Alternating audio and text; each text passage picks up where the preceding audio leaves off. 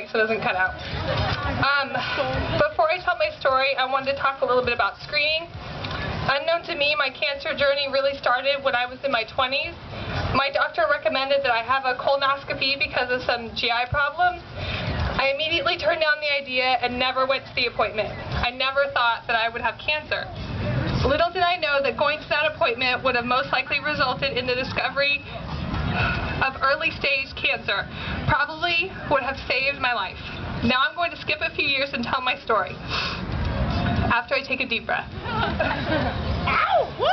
I turned 27 on October 17, 2010. My daughter Macy was 2 months old and my son Seamus was about to turn 2.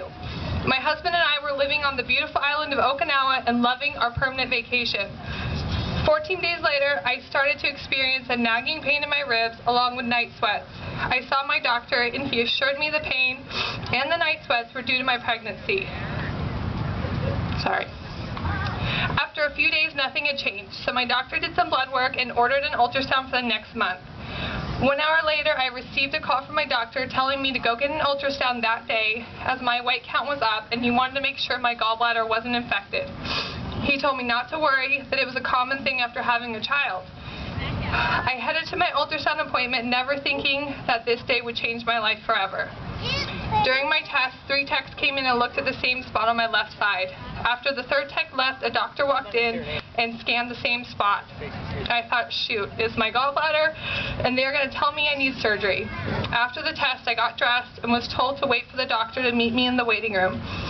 After all the other patients have left the waiting room, a doctor came in, turned the TV off, and sat down next to me. All I remember him saying was, you have lesions on your liver, too many to count, and you might have cancer.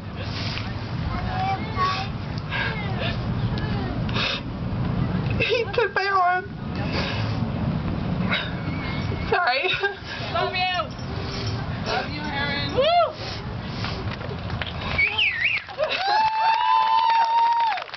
Even though it's been a year, it's still a little hard for me to tell this story. He took my arm and led me into the waiting room for a CT scan. As I watched the machine spin faster and faster around me, I started crying. I was all alone in a cold room. I had never felt so helpless and small. It was the worst day of my life. After the CT scan, the surgeon requested a colonoscopy to confirm what they saw on my scan.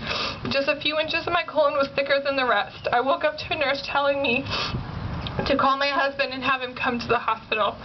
My heart sank. Any denial about my situation was gone. On November 2nd, 2010, I was diagnosed with stage 4 colon cancer with metastasis to the liver and lungs.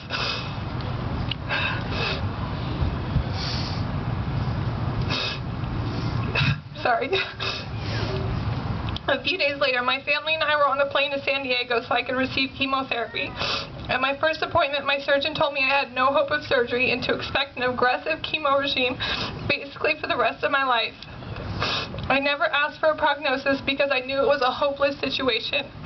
I started my chemotherapy hoping and praying for a miracle that would keep me alive just a few more years, maybe long enough to see my kids' first day at school.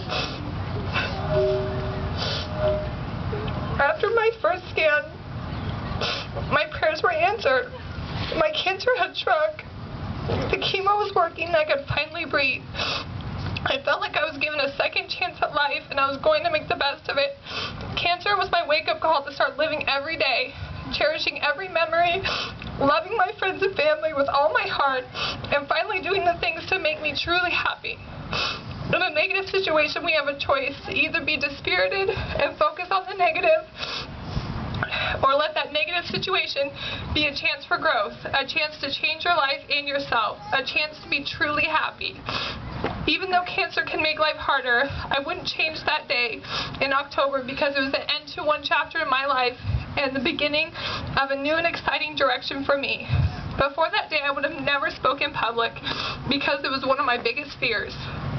But as Eleanor Roosevelt said, you gain strength and confidence by every experience in which you really stop to look fear in the face.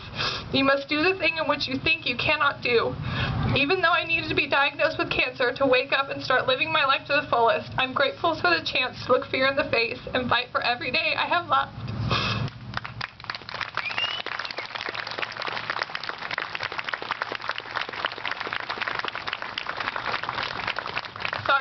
Cheers.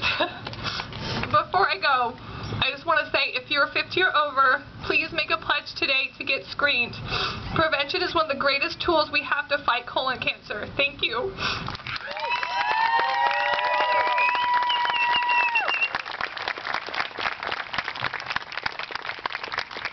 All right, before we let Erin sneak off, that was amazing and wonderful and powerful. I want to recognize all 25 survivors that are present here today. So please, if you're a survivor, come up to the stage and join Erin in front of the stage. We're going to take a picture. So if you're a survivor, all survivors come up to the stage.